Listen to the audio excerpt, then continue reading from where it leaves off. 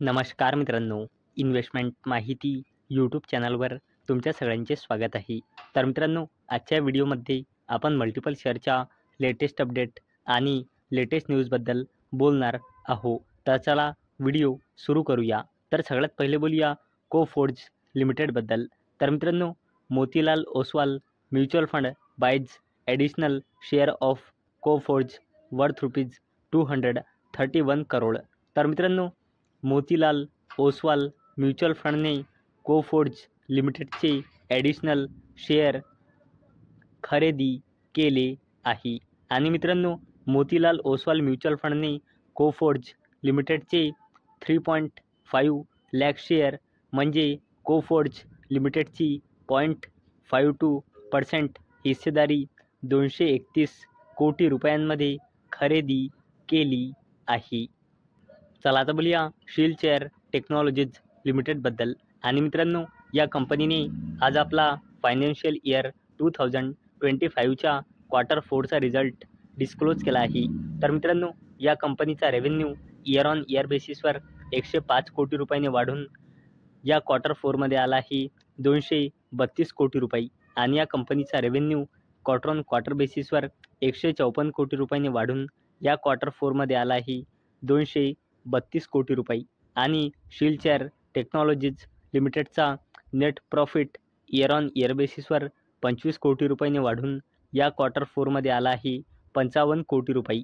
आणि या कंपनीचा net profit quarter on quarter बेसिसवर 35 कोटी रुपयाने वाढून या क्वार्टर 4मध्ये आला आहे 55 कोटी रुपये. आणि मित्रांनो, एवढंच नाही तर शिलचर टेक्नॉलॉजीज लिमिटेडने ₹12.50चा फायनल डिव्हिडंडसुद्धा अनाऊन्स केला आहे. आणि मित्रांनो, त्याचसोबत शिलचर टेक्नॉलॉजीजने 1:2च्या रेशोमध्ये बोनस शेअरसुद्धा अनाऊन्स केला आहे. आणि 1:2च्या रेशोमध्ये बोनस शेअर म्हणजे प्रत्येकी 2 इक्विटी शेअरवर 1 बोनस शेअर मिळेल, म्हणजे 2 शेअरचे 3 शेअर होऊन जाईल. चला आता बोलूया आयनॉक्स वाइंड लिमिटेडबद्दल. तर मित्रांनो, Inox wind ramps up execution of 990 megawatt order from Purva green. तर चला या अपडेटला थोडं डिटेलमध्ये समजून घेऊया. तर मित्रांनो, वाइंड एनर्जी सोल्युशन्स प्रोव्हायडर कंपनी आयनॉक्स वाइंड लिमिटेडने Purva green private limited GCESC limited या कंपनीची सबसिडरी कंपनी आहे. हिच्यासोबत आयनॉक्स वाइंड लिमिटेडने 1500 मेगावॅटचा फ्रेमवर्क ॲग्रीमेंट साईन केला होता. आणि मित्रांनो, त्यातला 990 मेगावॅटचा ट्रंकी ऑर्डर याचे एक्झिक्युशन या कंपनीने सुरू केले आहे. आणि मित्रांनो, हा प्रोजेक्ट करंटली वेगवेगळ्या लोकेशनवर सुरू आहे, जसे की गुजरात, राजस्थान आणि मध्य प्रदेश. चला आता बोलूया JSW ग्रुपच्या जबरदस्त कंपनीबद्दल, जिचे नाव आहे JSW एनर्जी लिमिटेड.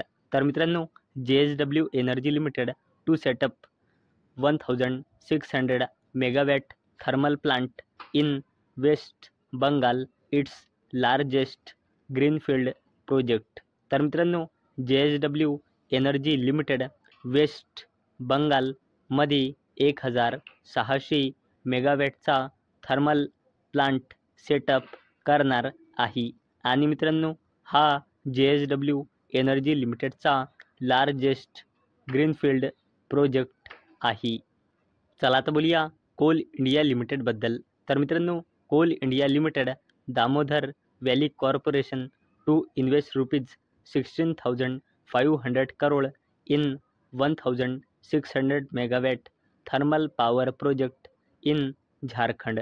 तर मित्रांनो, कोल इंडिया लिमिटेड आणि दामोदर व्हॅली कॉर्पोरेशन या दोन्हींनी MOU म्हणजे मेमोरेंडम ऑफ अंडरस्टँडिंग साईन केला.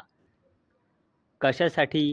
जॉईंटली 1600 मेगावॅटचा ultra super critical thermal power plant setup करण्यासाठी झारखंडमध्ये. आणि मित्रांनो यासाठी 16,500 कोटी रुपयांचे इन्व्हेस्टमेंट लागेल. चला आता बोलूया मुकेश अंबानीजीच्या कंपनीबद्दल. आणि मित्रांनो आलोक इंडस्ट्रीज लिमिटेड ही मुकेश अंबानीजीची कंपनी आहे. कशी काय मित्रांनो? तर मित्रांनो Alok industries limited Reliance industries लिमिटेडची सबसिडरी कंपनी आहे. तर मित्रांनो आलोक इंडस्ट्रीज लिमिटेडने आज आपला फायनान्शियल इयर 2025च्या क्वार्टर 4चा रिझल्ट डिस्क्लोज केला आहे. तर मित्रांनो आलोक इंडस्ट्रीज लिमिटेडचा रेव्हेन्यू इयर ऑन इयर बेसिसवर 1,469 कोटी रुपयांनी घसरून या क्वार्टर 4मध्ये आला आहे 953 कोटी रुपये. आणि आलोक इंडस्ट्रीज लिमिटेडचा रेव्हेन्यू क्वार्टर ऑन क्वार्टर बेसिसवर 864 कोटी रुपयांनी वाढून या क्वार्टर 4मध्ये आला आहे 953 कोटी रुपये. आणि मित्रांनो आलोक इंडस्ट्रीज लिमिटेडचा नेट प्रॉफिट आणि मित्रांनो आलोक इंडस्ट्रीज लिमिटेडचा लॉस 216 कोटी रुपयांनी क्वार्टर 4मध्ये आला आहे 74 कोटी रुपयाच्या लॉसमध्ये. आणि आलोक इंडस्ट्रीजचा लॉस क्वार्टर ऑन क्वार्टर बेसिसवर 273 कोटी रुपयांनी आता क्वार्टर 4मध्ये आला आहे 74 कोटी रुपये. आणि मित्रांनो मी एकदा परत सांगत आहे की आलोक इंडस्ट्रीज लिमिटेड ही रिलायन्स इंडस्ट्रीज लिमिटेडची सबसिडरी कंपनी आहे. चला आता बोलूया मुकेश अंबानीजीच्या अजून एका कंपनीबद्दल जिचे नाव आहे लोटस चॉकलेट कंपनी लिमिटेड. आणि मित्रांनो या कंपनीने सुद्धा आपल्या फायनान्शियल इयर 2025च्या क्वार्टर 4चा रिझल्ट डिस्क्लोज केला आहे. तर मित्रांनो या कंपनीचा रेव्हेन्यू इयर ऑन इयर बेसिसवर 65.81 कोटी रुपयांनी वाढून क्वार्टर 4मध्ये आला आहे 157.45 कोटी रुपये. आणि या कंपनीचा revenue from operation quarter on quarter बेसिसवर 146.69 कोटी रुपयांनी वाढून या क्वार्टर 4मध्ये आला आहे 157.45 कोटी रुपये. आणि या कंपनीचा profit for the quarter or year म्हणजे net profit year on year बेसिसवर 4 कोटी रुपयांनी घसरून क्वार्टर 4मध्ये आला आहे 1.41 कोटी रुपये. आणि या कंपनीचा नेट प्रॉफिट 3.71 कोटी रुपयांनी घसरून या क्वार्टर 4मध्ये आला आहे 1.41 कोटी रुपये. चला आता बोलूया टाटा ग्रुपच्या जबरदस्त कंपनीबद्दल जिचे नाव आहे टाटा पॉवर कंपनी लिमिटेड. तर मित्रांनो टाटा पॉवर कंपनी लिमिटेडने 14 मे 2025ला बोर्ड मीटिंग ऑर्गनाईज केलेली आहे. आणि टाटा पॉवर कंपनी लिमिटेड 14 मे 2025ला आपल्या क्वार्टर 4च्या रिझल्टसोबत डिव्हिडंडसुद्धा अनाऊन्स करू शकते. चला आता बोलूया टाटा पॉवर कंपनी लिमिटेड आणि टाटा मोटर्स लिमिटेडबद्दल. तर मित्रांनो Tata Motors and Tata power renewable energy inks 131 megawatt hybrid energy deal. तर चला या अपडेटला थोडं डिटेलमध्ये समजून घेऊया. तर मित्रांनो टाटा मोटर्स लिमिटेड आणि टाटा पॉवर कंपनी लिमिटेडच्या subsidiary company Tata power renewable energy लिमिटेडने पॉवर परचेज ॲग्रीमेंट साईन केला. कशासाठी? जॉईंटली 131 मेगावॅटचा wind solar hybrid renewable energy project design develop करण्यासाठी. आणि मित्रांनो याचा उद्देश आहे महाराष्ट्र आणि गुजरातमध्ये असलेल्या टाटा मोटर्सच्या मॅन्युफॅक्चरिंग ऑपरेशन्सला क्लीन इलेक्ट्रिसिटी सप्लाय करणे. तर मित्रांनो मला अपेक्षा आहे हा व्हिडिओ तुम्हाला इन्फॉर्मेटिव्ह वाटला असेल.